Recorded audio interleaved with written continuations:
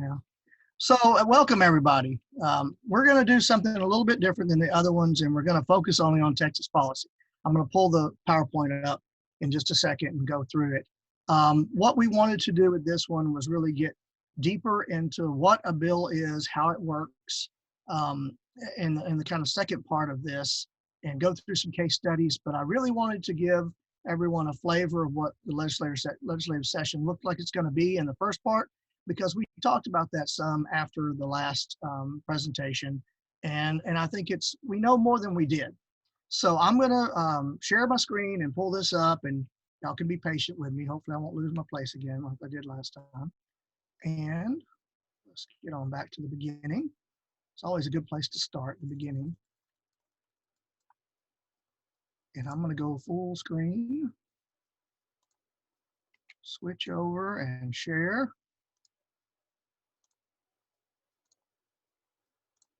All right, that was a little, hopefully they can see me. Yes, that flash is something, goes to black. Again, we're just gonna push through this, and I hope everybody, can let me know how you're doing on this later on, and ask some questions, put them in the chat there. By show of hands, how many people are here for the other two, or at least one of the other two? And you can use those little hand thingies down there. I see a lot. Good, good. Well, that was what I was thinking, that we would have a lot of repeats here, and that's spectacular. I'm glad to see it. So I'm going to go on and get moving with this. This is our third night number 3, and we're really going to focus on Texas public policy and how you can be involved with it. Okay, first thing we're going to do is what's happening beyond the legislative session. All the different bits and pieces that are out after or before, I guess, depending on how you look at it, really what we call the interim. We're going to talk a lot about that. We're going to talk about the things that we know and don't know about the upcoming session. We gained a lot of clarity in the last 2-3 weeks, and I guess really 2.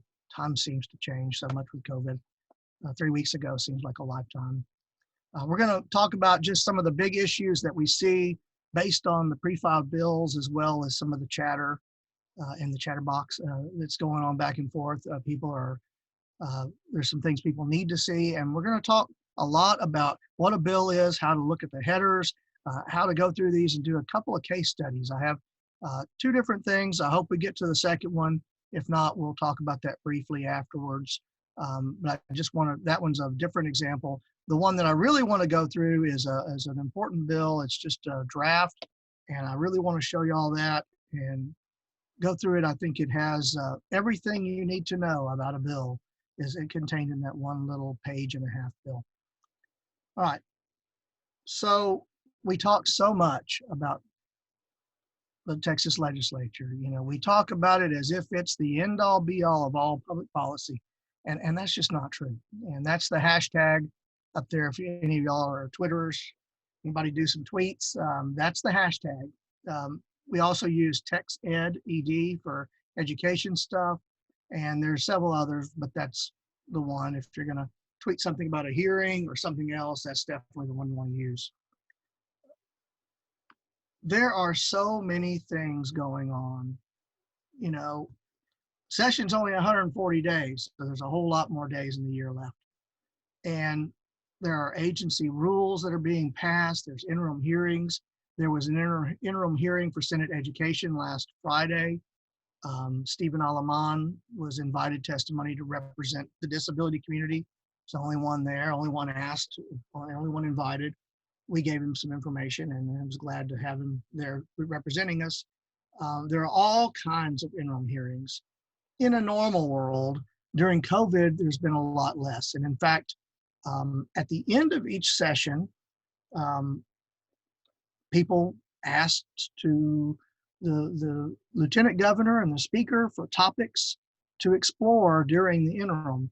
And we always put in some, and that's some of the ones that we asked for got heard in a different kind of way. There was no public testimony for the Senate Education. It was only invited testimony. it wasn't quite what we were hoping and expecting. And in fact, they heard presentations from agencies and then just ready to move along and get it over with. They just, they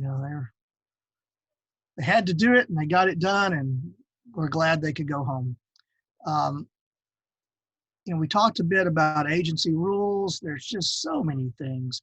You pass a bill and you've got to spend time and energy making sure that bill gets implemented. And that's what the interim's about. So public policy not just about passing a bill. There's so much involved with that. And unfortunately, a lot of those things happen all at once outside the interim. So here is a list of some of those organizations. They're all state agencies in different ways. And these are some of the ones that really can change what we're doing, for better or for worse, and can provide a lot of support too. We've got agencies listed here, and I'm not going to go through each one. What I'm going to do is open up the library reference page. If you haven't gone to the library in the Capitol, if you've never accessed their services, you should. If you ever get a chance, the folks there will look up bill history for you. They'll go back into the dark ages when things were, written in paper and bound. And in the interim, they're just one of the most overlooked research organizations that exist for legislative stuff. And besides, the library is a great way to get away from the hubbub and the grill or anywhere else and sit down and get some work done. They have Wi-Fi there that really actually works pretty good. And it's a wonderful place. You can look through the stacks and see stuff that happened 150 years ago. Really incredible place. So let me open this page up. And I want to show y'all this because I was looking in preparation for this and found something that I'd never seen before. So real briefly, Texas Legislative Council. These are the folks that write the bills. If you have a bill draft and you're working with a representative who's the author, they may say, is it okay if I have Leg Council call you if they have any questions? And that's one of the best calls you can get because your bill is actually being written and it's being worked on, and you can clarify things before you get your bill back so you can make sure that it's correct because their interpretation may not be yours. I've had a Leg Council person who was fairly new tell me that we couldn't do that. And I said, well, a senator could write a bill that says everybody has to wear purple shoes on Thursday. We can write any bill we want. Whether it works or not, that and passes, that's a different story. So sometimes you get folks that really need to understand, and that's a crazy case. That person didn't work there that long. But there were other people that just needed clarifications. Leg Council is your friend, and they have a really, really difficult job. The Legislative Budget Board, these are the folks that do all the finance stuff. Without them, all of the budget wouldn't exist. They write the budget, they crunch the numbers, they analyze things, and they are the ones who will give you a fiscal note, which is what we'll talk about, budget and fiscal notes in the next week's presentation. They will write you a fiscal note. And if they write you a fiscal note that costs a lot of money to the state of Texas, your bill has a more difficult chance of passing. I wouldn't say none, but it's very difficult. So fiscal notes and are very difficult to get around in this world.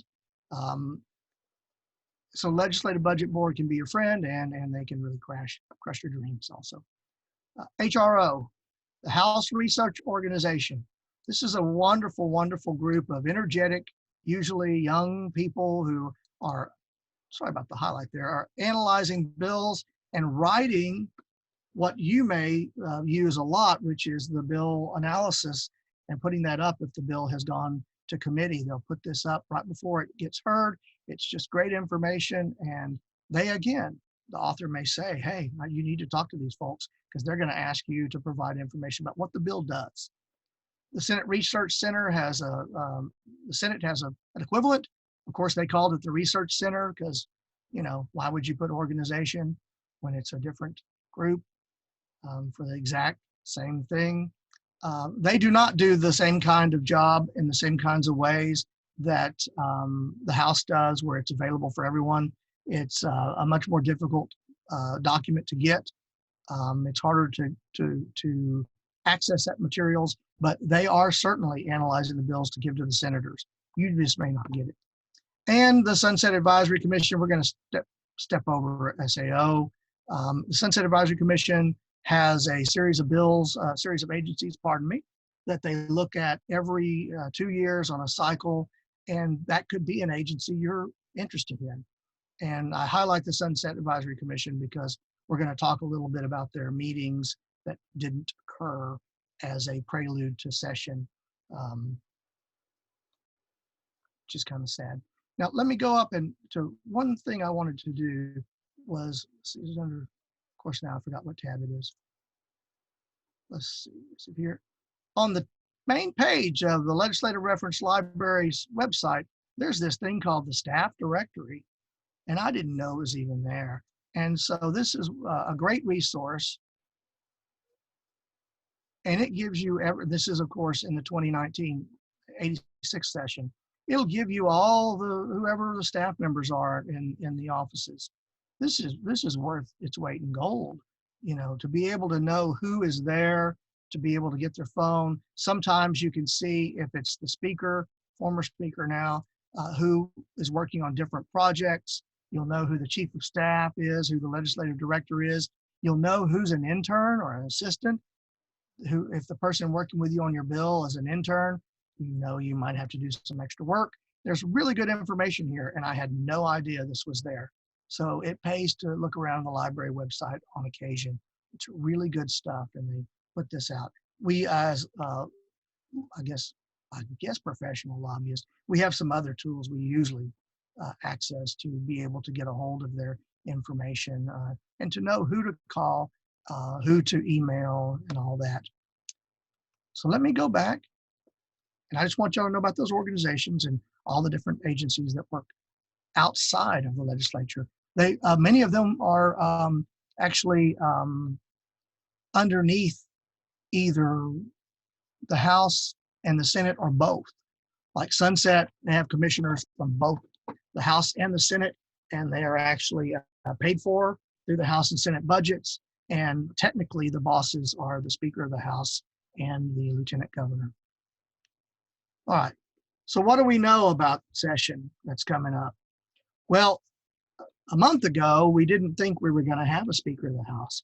I had already wrongly assumed that after the election, and we started session in January, they would fight it out, and somebody would come to the forefront, somebody we weren't expecting, and they would put together a coalition because they wouldn't have enough votes, or it would be a one-sided event, and we would have a speaker.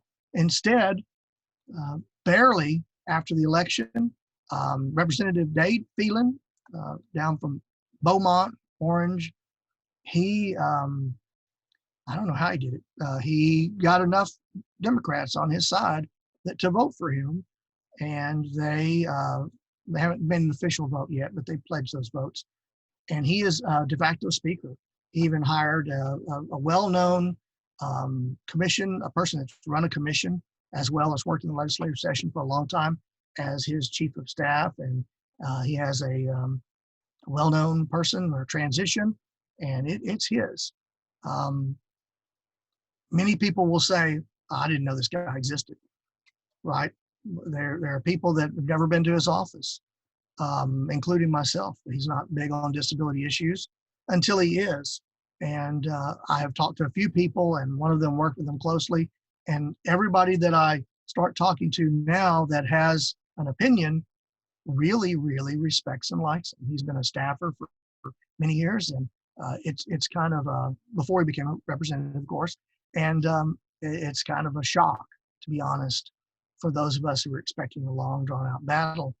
The real question is, can he work with the lieutenant governor? Can he work with the Senate? Or can he even work with the governor? And when I wrote that, I didn't know that he would hire one of the governor's former staff members. So I'm pretty sure that he can work with the governor. She was also, again, an appointee to a commission. So we know that there's a relationship there. We don't know if he can work with the Senate and Lieutenant Governor. That was a big problem the last 3 sessions on whether or not the Senate and the House can work together. We also know the Capitol's closed. We've tried to book rooms there. We've seen interim hearings, and the Capitol is locked up. Will it be open in time for session? I just don't think so. If they won't book a room for us, and they were basically telling us we could book the room for us, but you're wasting your time and ours, I think that we'll just go ahead and say we don't know if it's going to be closed, but we're pretty sure now. Sunset Commission meeting was planned for Thursday due to COVID. Folks on the commission having COVID, the threat of exposing others after some had already been exposed was too much, and they canceled the meeting again. I think this was the 3rd cancellation or 2nd. What it means is they're going to have a virtual meeting. They'll be forced to have a virtual meeting in December. They have to make decisions on all the different outstanding issues they have to do. And so if we're thinking about sunset as being our pattern on where things are going to be during session, then this is where we look. Virtual meetings. There will be no public testimony. It's a little disturbing. So hopefully we'll see how that goes, and they won't axe public testimony completely. They'll make it at least written testimony, but I don't know that will happen. They've already had testimony on these bills, these reports. And so on the decisions, I think they're going to eliminate public input. Pre-filed bills, I checked last night, it was over 800. And these are just bills, many of them that just didn't pass last session, and they're refiling. These bills do one of 3 things. They make a statement about something you think is important. They kind of telegraph some of the important ideas of session. And they're also sometimes somebody that really wants to pass a bill gets it in early and starts working it. So we have a lot to learn from these. Let me go on. I have to move my little thing over here. It's a nice picture. Everybody's coughing. No, they're not. Just faceless Zoom people. They all doesn't that one look like she's coughing? Hands on her face. All right. So what we don't know, sorry for the comedic interlude. What we don't know a lot. There's so many variables and loose ends. How is COVID going to work? Are we going to have actual meetings? Are they going to break the session up into smaller special sessions where they can isolate in between and get stuff done? Are they only going to focus on a handful of issues? Will we be able to testify? Will we testify by Zoom? Will we just be sending in a lot of letters, a lot of memos, a lot of testimony to the committees? Will we have an opportunity to have something like a Capitol Day, where everybody gets together? Will it matter that we have a Capitol Day if we don't do office visits? How will office visits be conducted? We have a lot to figure out by then. So, but we do know some of the big issues, right? Number 1, budget shortfall. There's not enough money for the budget the way it is. We're billions of dollars into shortfall because of COVID and because of the oil prices. Texas is so dependent on having extra money, not necessarily having enough, but the extra money that's in the budget all comes from these oil fees. It's a bit of a shame. HB3 put in $6-something billion into the school system above what they had spent the biennium before. That's a lot of money. How do you continue funding school finance reform and keep these schools operating with that extra $6 billion when you have $9 billion or $11 billion that you're missing from the budget? It's a real question. And now with COVID, it's even more important to answer those questions. Redistricting. Do y'all know what redistricting is? Everybody knows that all of our districts are drawn in these crazy, crazy ways where, like, I have Lloyd Doggett as my U.S. Congressman, and he also has folks in Laredo. It's just this crazy way of cheating to represent different areas. And that's going to be on the table, has to be passed, a bill that redistricts Texas according to hopefully not as bad at cheating as they did before, which is legal. This is legal. It's been allowed by the court system for whatever reason. But the real question will be what these districts will look like, how representation is supposed to be granted when we have a census that didn't complete during COVID. So if you go off the census right now, which is not finished, how do you even bother redistricting? And so there's a lot of questions about whether or not redistricting will end up being a special session. And the governor can call a special session on anything he wants to, has a particular time frame and a particular flavor. And there's every reason to believe redistricting will be on everybody's tongues from the beginning till whenever sine die finally happens. Medicaid expansion. Medicaid expansion is being talked about in Republican circles more than anything else, but please don't use the word. I don't know what they want to use for a different word, but they've had published documents and they talk about how important it is for every low-income family to have health care, and they don't want to say that dirty, dirty, dirty word. Y'all should know we'll be fully supporting Medicaid expansion at AST. I think it's very important, and it has a good chance because Texas needs the money, and that federal money should be coming back to Texas anyway. They were able to turn it away when we had extra budget. Now we don't have it. Voting. I don't know if you can say exactly how important voting is going to be for many different bills in session, but I think there are probably a dozen or 20, somewhere between 12 and 20 bills just on voting that have already been pre-filed. Many of those were during last session also. It's going to be a big issue.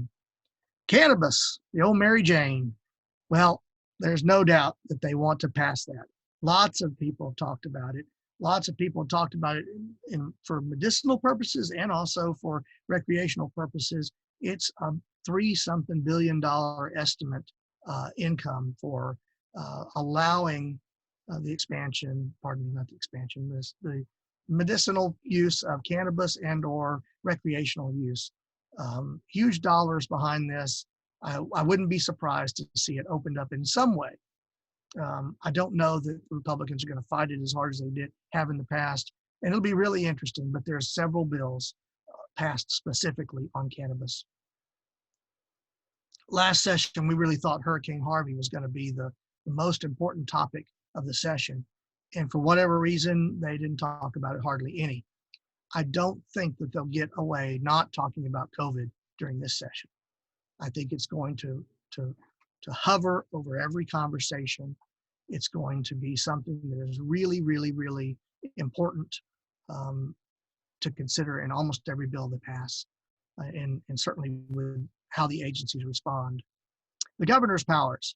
I wrote this on here thinking that we would have a larger amount of Democrats in the House. And I also feel that there are a lot of Republicans who are not real happy with the governor making lots of decisions about the federal CARES money, about when and who can shut down and when they can't for COVID or emergencies. And there's already been a bill filed that the governor, after 3 weeks of an emergency declaration, has to call a special session to let the legislators have a say in it. So that's going to be an issue that comes up. What else? So the question is for everyone, where will disability issues fall on this list? And I think in my notes I put dead last, just kidding. It's always difficult for us to have a voice. It's difficult for us to elevate our issues, even with the 8.5% cap at the time. That issue elevated, but so many other things fell aside. During school finance reform, special ed, they didn't want to talk about it. They didn't want to deal with it, specifically because there were so many changes and so much money. They did give us some extra money for an allotment, but at the end of the day, what we were hoping to do was much more expansive. I don't know. I don't know how we get a voice with these major issues, and we won't have any voice in these issues if they do restrictive special sessions, one after the other, for the whole entire period of the next year, which is a possibility. So that's some of the big issues. We will certainly be working on budget, school finance reform. We're really hoping that we can get a new way to fund SPED. We won't work on redistricting, Medicaid expansion. We will. Voting, we'll support those who are working on voting. Cannabis reform, we do have a stake in medicinal cannabis and its uses. COVID-19, of course, especially when when it's related to Health and Human Services and or schools, the governor's powers, I don't think we'll have anything to say about that. Let me move on. So we're really going to focus on the budget. And I have some bad news for everybody, but in a meeting today, HHSC basically said that it could be 6 to 8 more months before they get the IBI, ABA Medicaid benefit going. That coincides with the beginning of the next biennium. And I hate to tell everyone this, and y'all could get mad, yell and scream if you want, but there is no funding for ABA in the next biennial budget, in the budget request that HHSC has made to the legislature. And it's just shameful. And some of the things they said today at the meeting were not accurate, and we're going to hold them to that.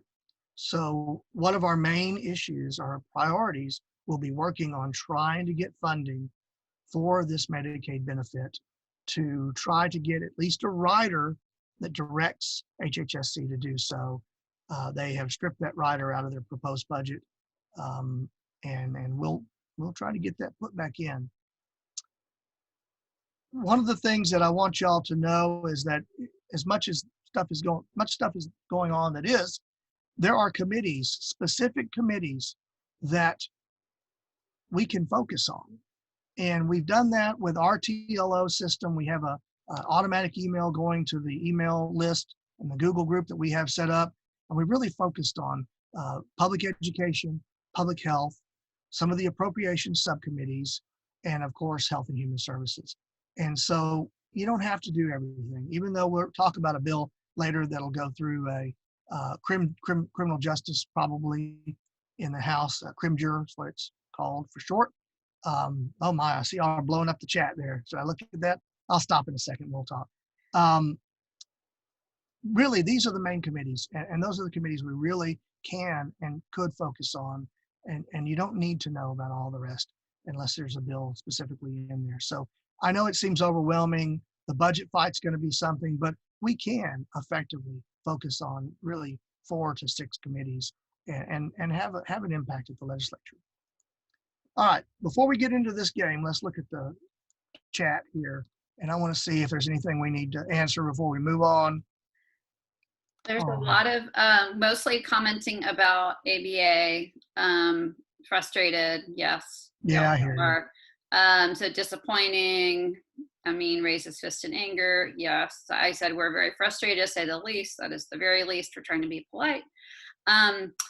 And then so we are so looking forward to this for families. It is a great need. And I said, yes, we worked really hard to pass it, and it is really desperately needed. So it's very frustrating. We really know we get calls all the time here for people that need ABA and how can they access it. And Priscilla asked, do we feel that once it's granted that rural areas will have more access to ABA services than having to drive an hour away? And I would say, yes, there's a lot of providers that are really wanting to jump on this Medicaid bandwagon. And so we do think there's going to be more providers, and we're also hoping for telehealth. And then, Glow said it seemed like a big win. Yes, it did seem like a big win. It was like our biggest win last session. So it's very disappointing. Well, I want everybody to understand that, there's evil people and there's people who are in circumstances beyond their control. And in this case, we had a champion at HHSC, and I think he's new. I don't think he managed expectations really well about how long any governmental program takes to get all the ducks in a row to launch a program. We saw Star Kids take, 4 years. In this case, they were moving quickly, and I don't think anybody could have foreseen, the budget collapse, COVID, and everything else that happened. The cautionary tale is just putting a rider on the budget that doesn't have any money linked to it, that doesn't have funds with a directive, it is its own uh, dangerous bit of text, because without funding it, if it had $60 million added to the budget in that rider, we wouldn't be having this discussion. We wouldn't have them putting this off and finding ways not to do it. And so at the end of the day, this is not just us. They're doing it to one of the medically dependent children programs that were a bill passed, it just didn't have money. So when you pass, like I said, when you have a fiscal note that says, it's going to cost you $60 million, it's really hard to pass. But when you have a rider that doesn't allocate extra money in the budget, it's really hard to get that enacted unless times are good. And you couldn't really foresee that. There are ways, and we'll go into it the next time. Next Monday, we're going to talk more about budget, but there are ways for HHSC to just do this and then catch up on the money later on in the budget. And I'll talk a little more about that, but they have to have the decision to do that. And right now, even if they did with the rates that are proposed, they propose the rates so low that a lot of providers are still not going to be able to do it. I do think telehealth is going to be a saving grace for a lot of it. I think it's probably cheaper to do, and it might save some of those rural areas. And y'all need to also be really, really aware, this isn't for everybody. The Medicaid benefit is for low-income families and qualifying for Medicaid in the first place who would benefit by this. It's not everybody, and those families desperately need it. But there's a huge gap of people between fully insured and Medicaid qualified, that those are the folks that get left out. And the Children's Autism Program does provide some help with that, but it's really a small program. So I know it's disappointing, and I hate to be the bearer of bad news, but it's the way it goes. So what we'd like to do now, we're going to try this out. This was a joke of a game. I'd like y'all to consider just a couple of ideas, and I say this because we've filed so many bills in the past, and I was joking around that, like the South Park, they had an episode called Simpsons Did It, and every time they tried to think of a scenario, the character would say, Simpsons already did it, an episode X, whatever. And it's literally true. Now, I'm talking about Texas stuff here. One of the folks we talked about, I believe Chris, we talked about some federal stuff. And I'll use the example of teacher training. I don't know how many teacher training bills we filed over the last two sessions. We started with a single mega bill and other little bills to kind of help. And then last time we did a shotgun approach, we filed several little bills. We have not passed any of those. It's very difficult to pass new teacher training bills. It's just very tough. And so one of those bills has been refiled, and it has a companion. Oops, sorry, I need to go back one. We don't know how they're going to fare, but they were important enough to the legislators to refile it. So that was one that focused on universal design for learning, although we're not calling it that because a particular legislator decided that it was equated with Common Core, and in Texas we don't have Common Core, and shot down the bill simply because of that. So messaging is important. So let me, why you think it's so hard to pass teacher training? I don't have enough time to explain that. The teachers all in gen ed feel that they're trained well enough. They think that they know what they're doing. They'd love to have training. They don't have the time. And the administrators really are not all that interested in training people. Well-trained people want more money for their services. Administrators really, and parents don't think this, we don't want warm bodies, but the administrators have a hard time finding enough people to fill the staff positions they have. And so that's been one of the real difficult things to do.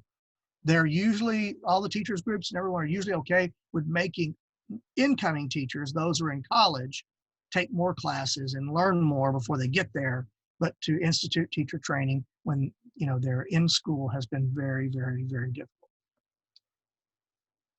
Police and first responder de-escalation training. Yes, I can probably pull up something. Jackie, you want to take Yeah, that? I was just going to jump in here. So McKinney, I was just going to say, this is Jackie from Autism Society. And we're on the Public Policy Advocacy Committee for Autism Society of America as well. And we worked on Kevin and Avante's law really heavily, and that passed. And there's actually funding in that to do police and first responder training. And so we've done some of it in the past, but Autism Society of America is working pretty hard on rolling more of that out, and we'll be doing that. So we may jump on something if there's an opportunity here in Texas, but we know that's actually coming down the pipeline pretty soon from like federally, and then we'll be doing that through them. It'll trickle down to the state. So I just want to put that out there. There's, I don't know how many different bills about first responders, and some of those have gone the opposite direction. We've seen some where they wanted first responders to be more well armed. And as we discussed the implications of having well-armed people going to a mental health crisis, that didn't seem to resonate very well with the legislature. So I think it's one of those things that we need a federal mandate to change how certain first responders, certainly the police, how they respond to certain situations. And once we have that federal mandate, then yes, Texas can follow forward. For us to put a bill up with the police and the police lobby that's there, there'd have to be the ones leading the charge on that for us to ever pass a bill. We will have conversations and try to, I know something will be filed. And lots of bills have been filed in all kinds of first responder training, and especially for mental health. They haven't gone, maybe the way we'd like. Again, just simply wearing a gun to be a paramedic is unacceptable. And that was a lot of folks who are now first responders or ex-military, and that's something that you have to kind of understand, that they're coming from a very different focus than somebody who never served in the military and just went in to be a firefighter and or a police officer or even a paramedic. And it's just a different framework. Any other bills y'all can think of or areas y'all think we could work in? And I was going to break out the fancy tools and search, but these are ones we've focused a lot on. Just throw something out there. If not, well, that's fine. We just thought there's so many bills out of 7,000 or 8,000. What would that be? Probably close to 30,000 bills that are filed over four sessions, 30,000 bills or so.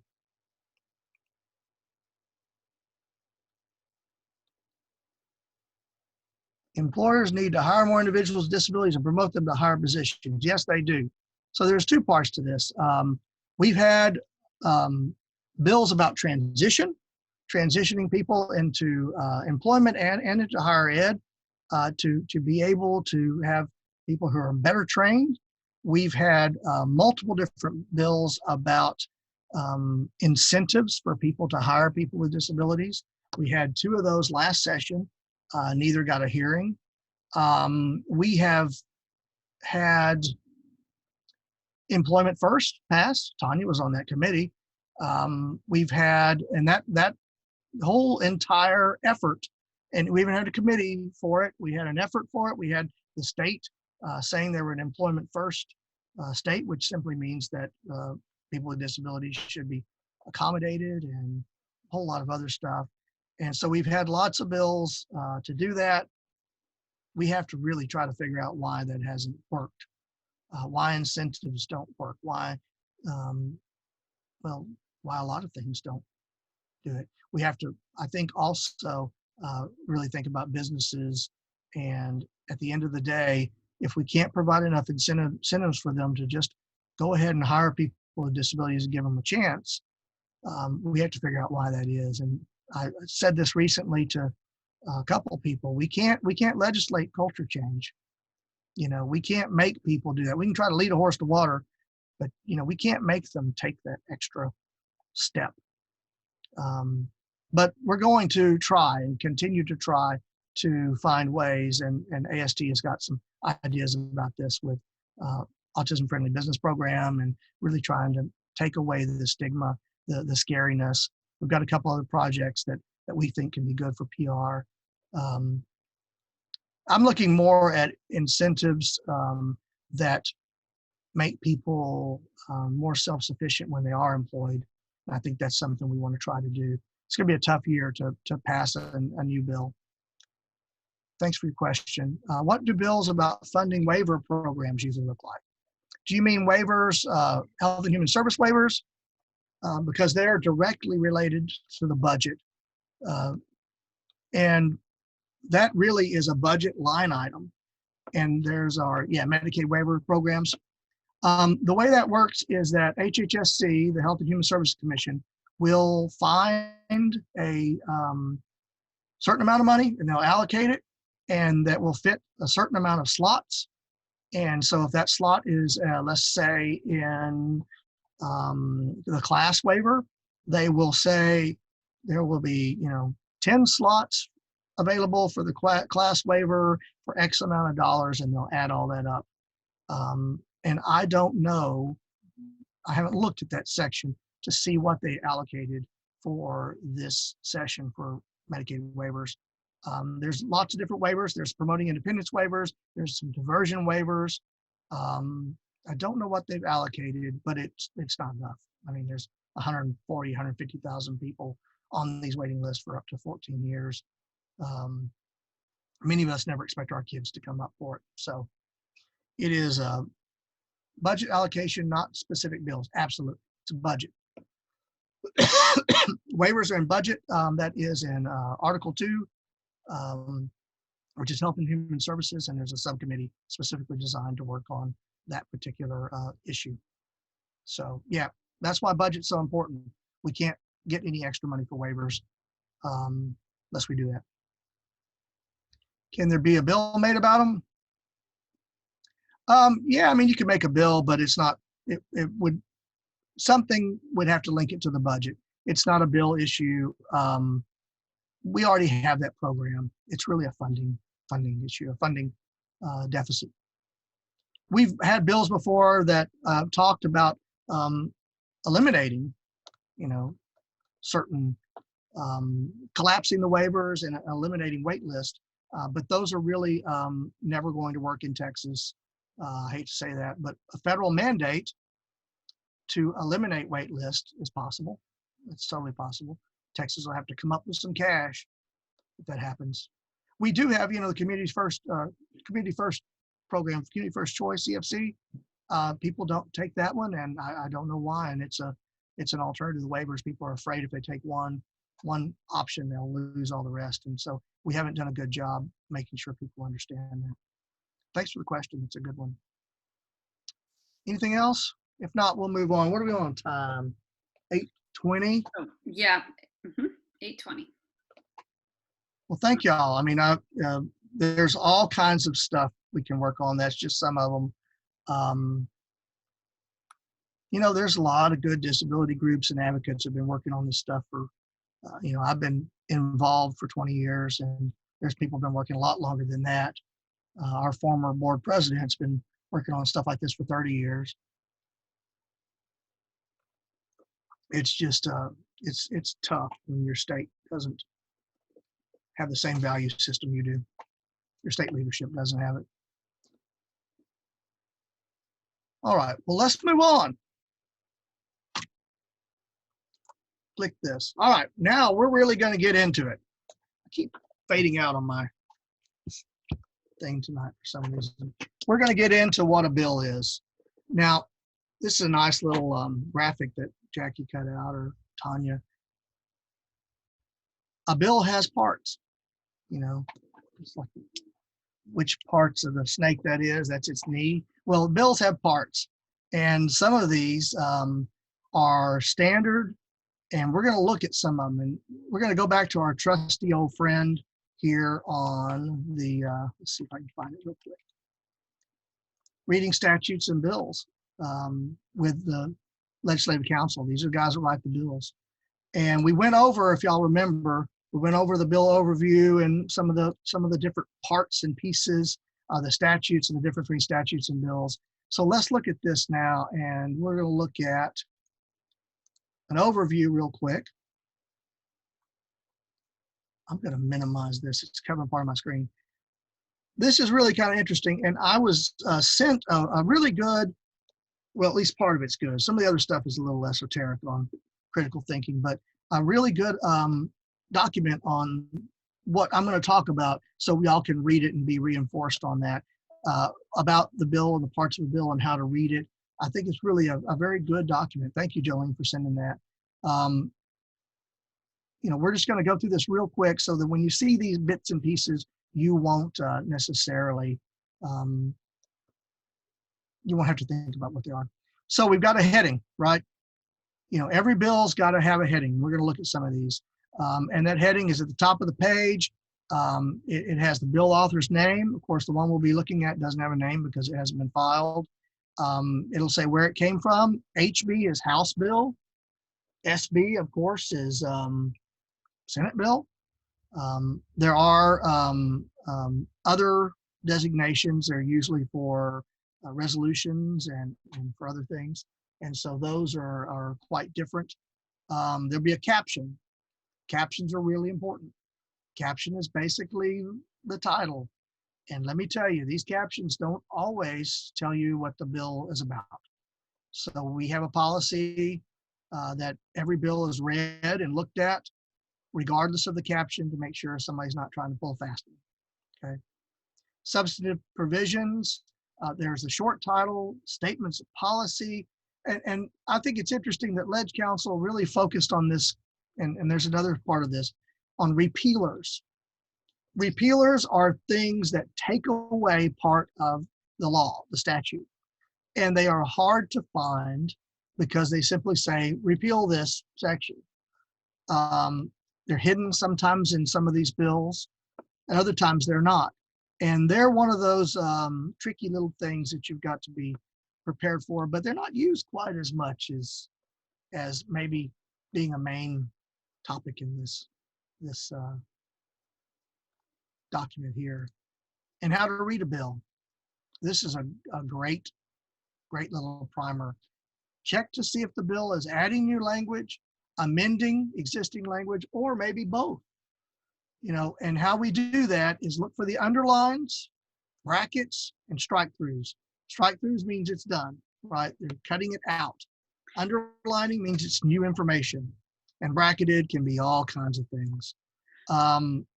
Sorry, Chris, can I just interrupt? Did you want to share the screen? Because we're seeing a little bit of the image. I'm sorry. No, that's okay. I wasn't sure if you intended to share it, but I think it'd be good to show them the underlining. That's what I was trying to do. Okay. For some reason, does that look right now? There you go. Yes. Oh, I'm so sorry, y'all. My other computer over here is giving me error messages, so I've been ignoring it. Well, I'm sorry about that.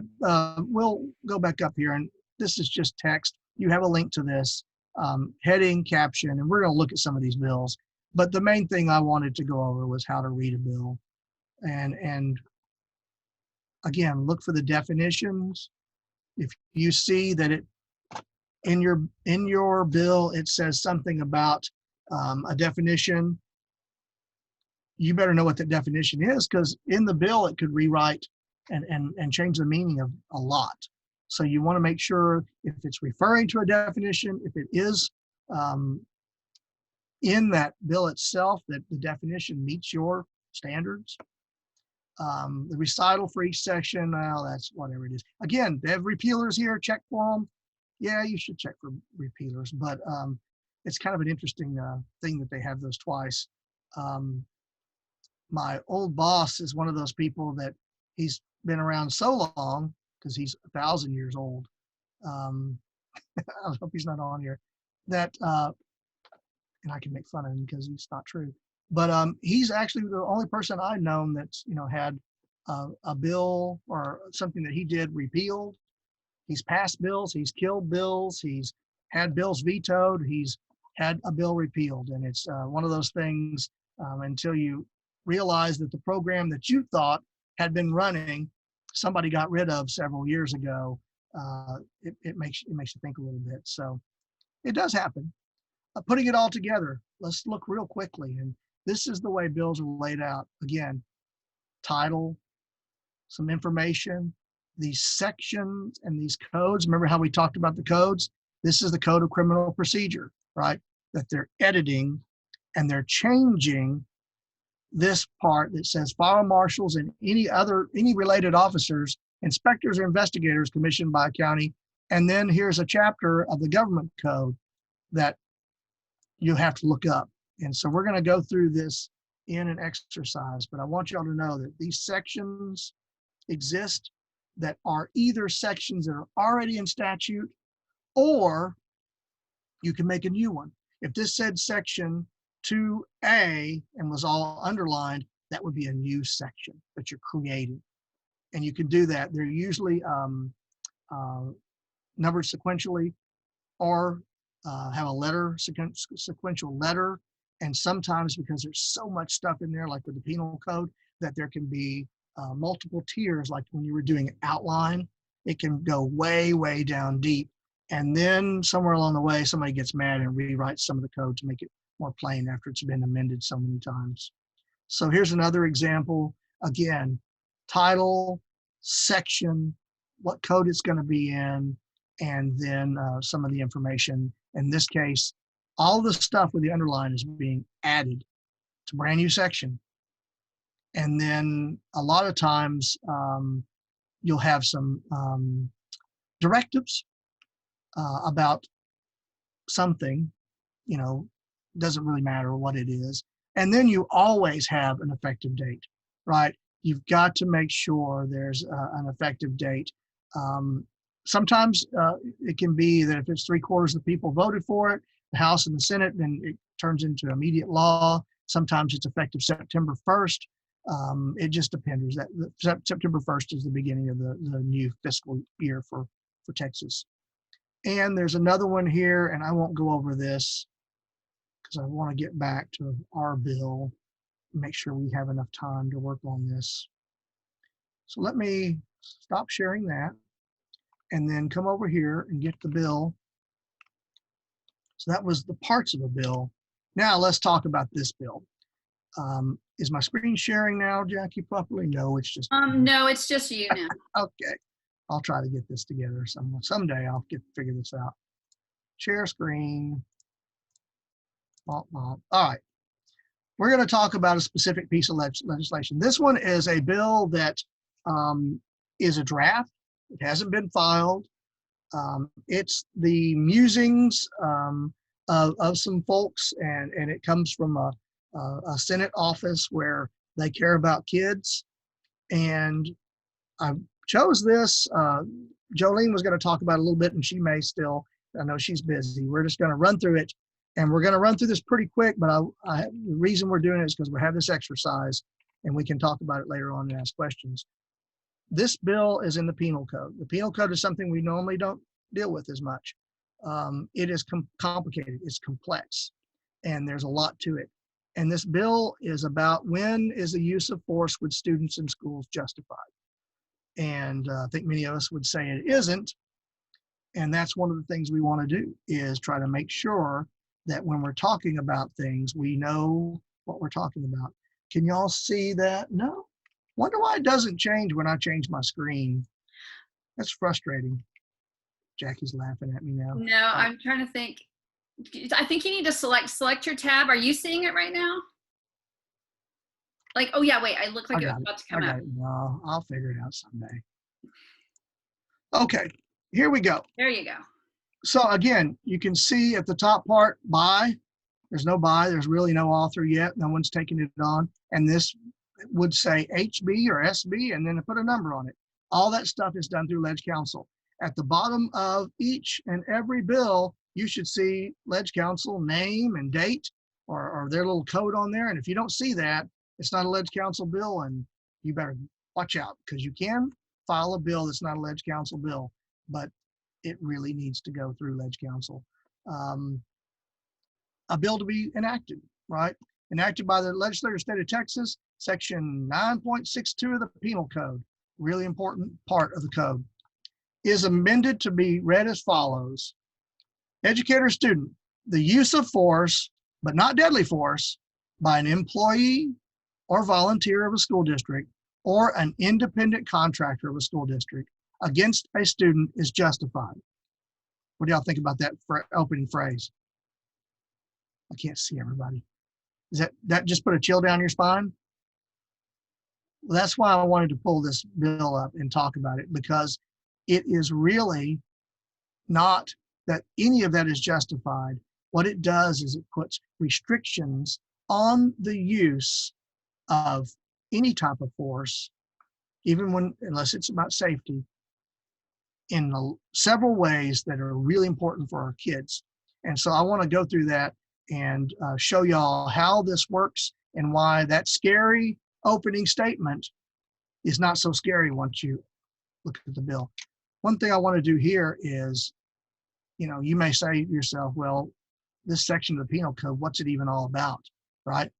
And let's see if this works this time. No, still doesn't work. All right. You share, let's go back to here. What I want to do, if we can, is just search for that part of the penal code. Watch what happens. Oh, look. Now there's a thing called find law, and I want to show you all that real quick because it's actually pretty good.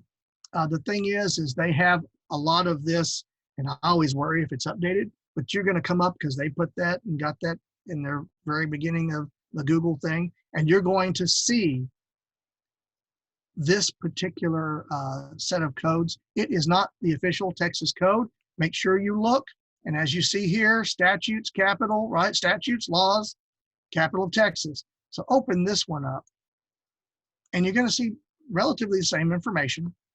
And again, this is in the penal code, which is in chapter 9, justification for excluding criminal responsibility, and about an educator and a student. The reason I pulled this up is because this is the use of force, deadly force. This is the part we're working with. But look at how many other things relate to this about guardianship, educators, parent and child, all kinds of things that may be important to understand. This conversation came up the other day about something that the bill was doing, but did it let something else that was really bad happen? And the answer sometimes can be absolutely not. That's just another piece of code that this bill is not really dealing with. So let me go back over here to the code. And there's a lot of stuff that'll come up when you do a very, very simple search on that penal code. Sometimes it can be really good information. When do I restrain a student? United Educators Association. I would encourage you all to read some of this material, and maybe you'll see why this bill is needed. So let me go now back to the bill. One of the things that you really have to do when you're reading this and see that's kind of scary statement about the use of force is justified is you have to look at the references. And I made a cheat sheet over here with myself real quick. Hold on, Chris, we're still seeing the search for the Texas Penal Code right now. Sorry, there we go. That's infuriating. Okay. Okay, so now we're seeing the Education Code, Title II, Public Education. Okay. What I'll do is, I won't go back for a second, but I'll just tell you that what I did was I had a link from the bill. We'll go back to look at the bill and I'll highlight it to this particular section. And this section is 3701 in the Student Code of Conduct. And let's go back and look at the bill now. And I'll change my screen back to the bill. I think this is it. Okay, sorry about that. I'm really having struggles moving that back and forth. I wish you would just do it when you did it with your computer. Why didn't? Oh well. So, if used for corporal punishment pursuant to this section in the Educator Code, or went into the degree of the employment, blah, blah, blah, blah, blah, blah. This part is what we're interested in, because 0011 is very important to many of us. It says, if you're going to do this, these are the restrictions on corporal punishment. So let me get back over here in this section in the code. And we come up here and we're like at 001. Well, that's not effective. Let's do 0011. Right. Use of corporate punishment. Notice how I use the search to go through this. This is pages and pages and pages of text, right? So use your search on these things. The use of corporal punishment. In this section, corporal punishment means a deliberate infliction of pain. Notice as we look through here, there is the definition and this stuff that for whatever reason we still have corporal punishment, but prohibit the use of corporal punishment, student discipline. Parent guardian can say they can't. And if we look at some of the other information about corporal punishment, you'll see positive behaviors have to be used. You'll also see, where's 23? Prohibitive adversive techniques. Some of y'all should know about this. This is a bill that was passed fairly recently about adversives. This says all the things that you can't do to a child, and it's specifically a child with a disability. So these references that are in the bill, and I'm going to go back to the bill. I can get back there.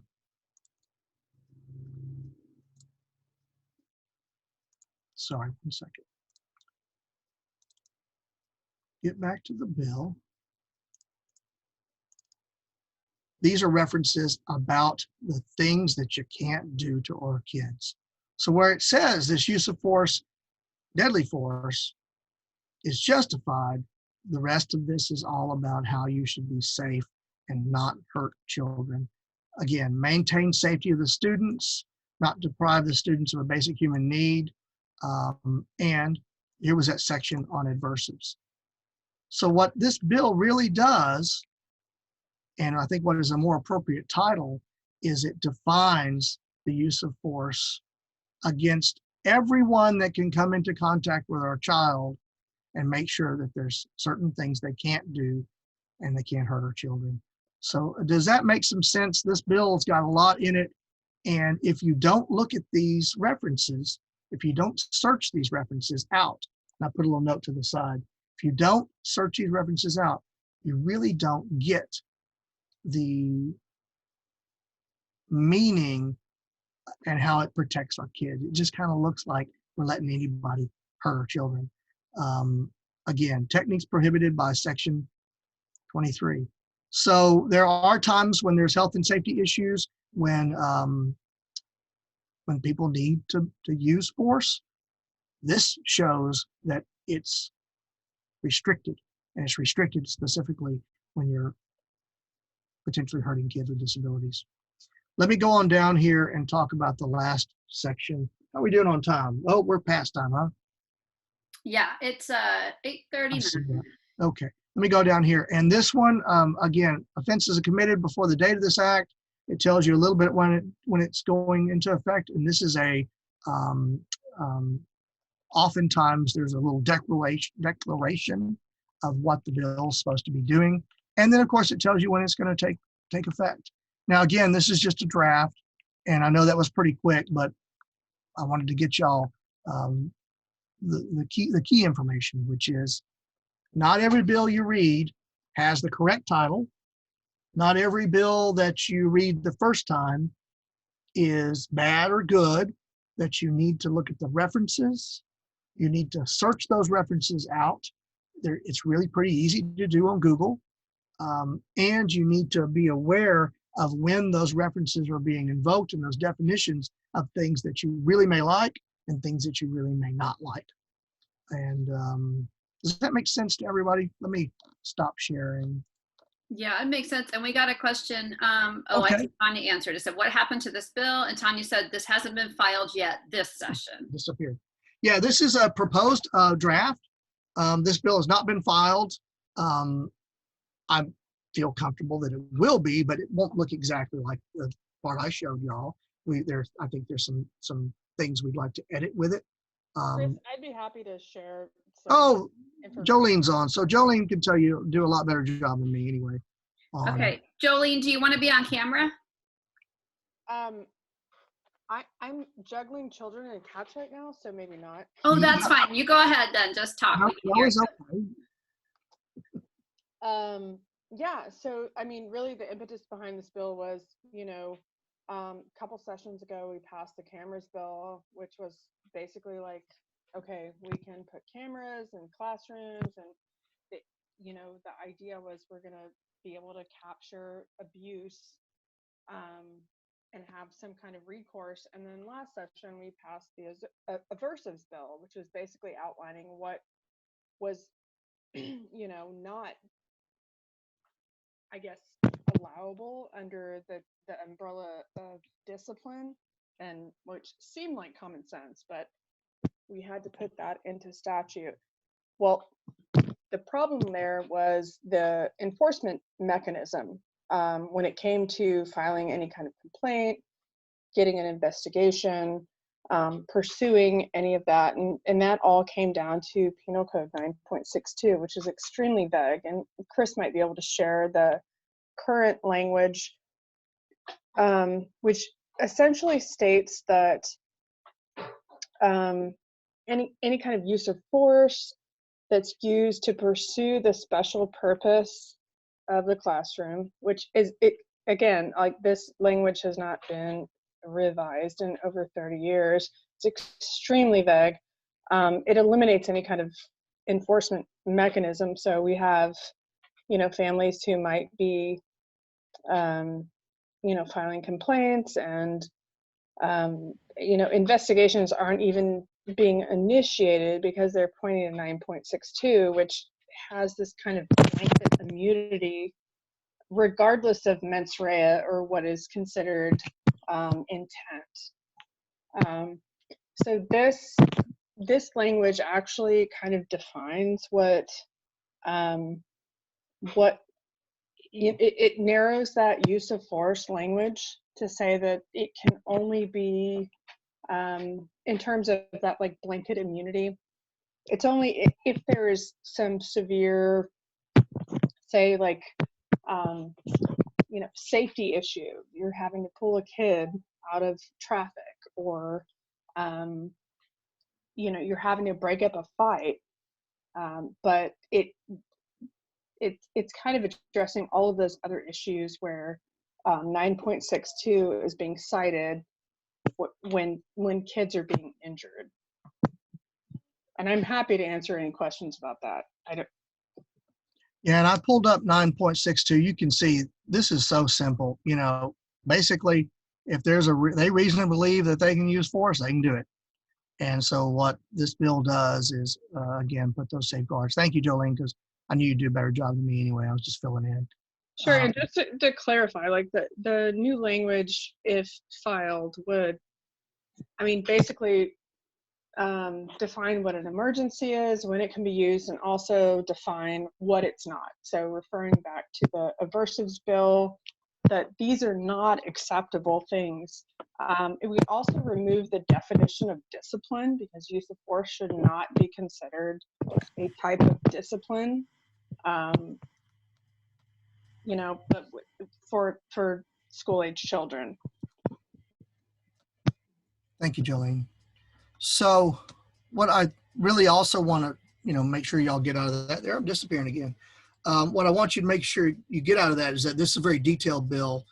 We didn't really have enough time to go through it. I just really wanted to make sure you understand that when you're looking at a bill, you have to check those references. And we'll send you another document that also has more of how to get into and look at the pieces and parts of the bill.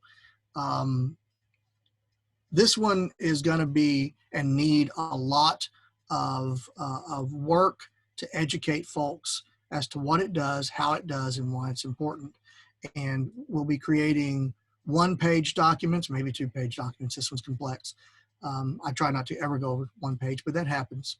And we'll be doing a lot of education work for both folks who may not want us to pass more stringent regulation on what they can and can't do in the classroom, or even at the schools, and for those that we want to support the bill, the legislators themselves.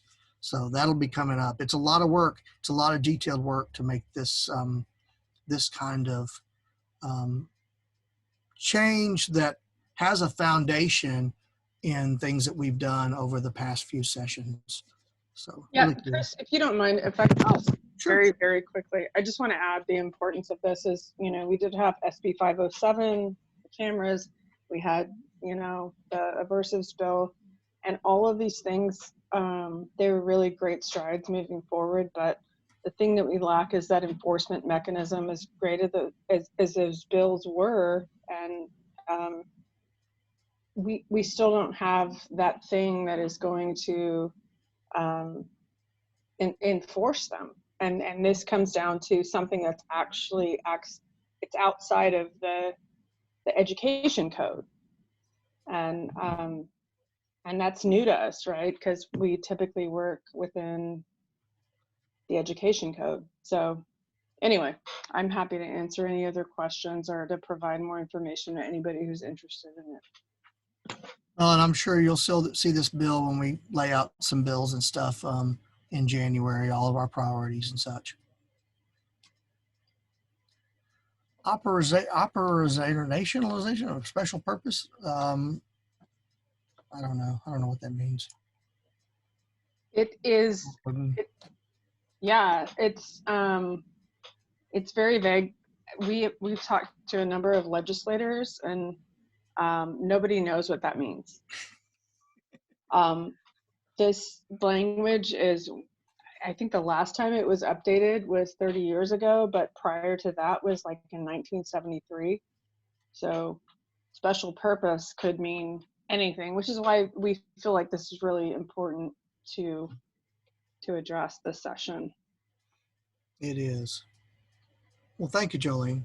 Again, we can give you her information, and we'll see this bill again, and probably a little bit different form, but again, let me. Are we done? Are we ready to go? Or is people? We have 22 people. When's time up, Jackie? We're already done. We're sort of done, but we said we could do optional Q&A now, so I guess we can. Yeah. We can, and I have one little tiny thing I'll show real quick, and we'll do another screen share. And I want to show you something real fast, and it's in your materials, in your PowerPoint. This is another bill that was filed, and occasionally people will file bills like this. This is filed, see that number up in the top left corner? That's the number from Ledge Council. I'll look over my other machine and make sure it's there. That's the author. That's the number of the bill. This is what it is: relating to Medicaid reimbursement for dental services provided to adults with disabilities. Some of y'all know that adults on Medicaid don't get dental service. It's the craziest thing ever. It's not that expensive, and it's so detrimental to their health. This particular bill says just almost nothing. And this was not intended to be the final bill. Unfortunately, it didn't go very far. The commission shall provide medical assistance reimbursement for dental services, and et cetera, et cetera. Well, guess what? None of that passed. But I wanted to show y'all what a very simple bill could look like that does such a major, major, major change in the state of Texas. This bill ended up being not passed and turned into a study. It's unclear if that study was ever really finished and if it says what we had hoped it would say. But this is another thing, dental services for Medicaid, that the Coalition of Texas with Disabilities, my old boss, really worked on very hard, and we'll see again. It's very, very important. We want to keep people out of emergency rooms just having their teeth pulled when all they really need to do is be able to go to the dentist at a time before. So I just wanted to show y'all what a bill looks like and how simple one can be. We saw a complicated bill, how simple one can be at times. So that is all I have to say, but I will answer any question, and I will stay as long as you will ask questions, although some of us may need to get going. So I would just say type your questions in the chat if you have any questions. Oh, yeah, yeah. because it's hard to go around and unmute people and find who's unmuted and not. Yeah, just type something in there. I know there's a lot of information, and again, I'm going to send you some more stuff that'll help clarify that and reaffirm those things. And the next time we meet, it will be on more in-depth stuff on the budget and other stuff and things. Important things. I can't remember exactly what we put on there. I really want to go over the budget and the supplemental and how that works, and advocating for the budget. It's one of the hardest things to do, and it happens so early, and people really struggle with that. Mm-hmm. In fact, people miss it. People miss it. They're so focused on bills, they miss one of the key areas. All right, Jordan said the examples and screen sharing tonight were helpful. Good, thanks, Jordan. I could figure out how to do it without. We're getting the hang of this in the third week. I don't know if I am or not, but I'm trying. You are. It's a very odd thing. I consider myself pretty technically efficient, but this flipping, flapping, not being able to see people is weird. Yeah. I'm an alt tabber, and I alt tabbed everything. Oh, well. It doesn't look like we have any more questions. No more questions? No more thoughts? No. Maybe. Well, everybody, we appreciate it, and we'll go ahead and shut down. And I hope that all of y'all can make it the next time. Again, it's going to be focused on some budget issues and putting some of this advocacy together. We're going to talk a little bit more about how we intend to run session and let people know what we're doing. And then who knows what else. If there's anything you want to see, anything that I left out or an area that you're interested in, y'all email me. It's on the emails when we send these out, and or Jackie or anybody, and we'll add that to the list, because we're happy to do whatever, and we're happy to do more of these. I also was thinking, and we talked about whether or not we might do some kind of listening session and just kind of let people talk about some of the problems they see. And if there's an interest in that, we're willing to be here on a Monday night and talk about problems and stuff. All righty, everybody. Y'all take care. Thank you so much. Thanks, everyone.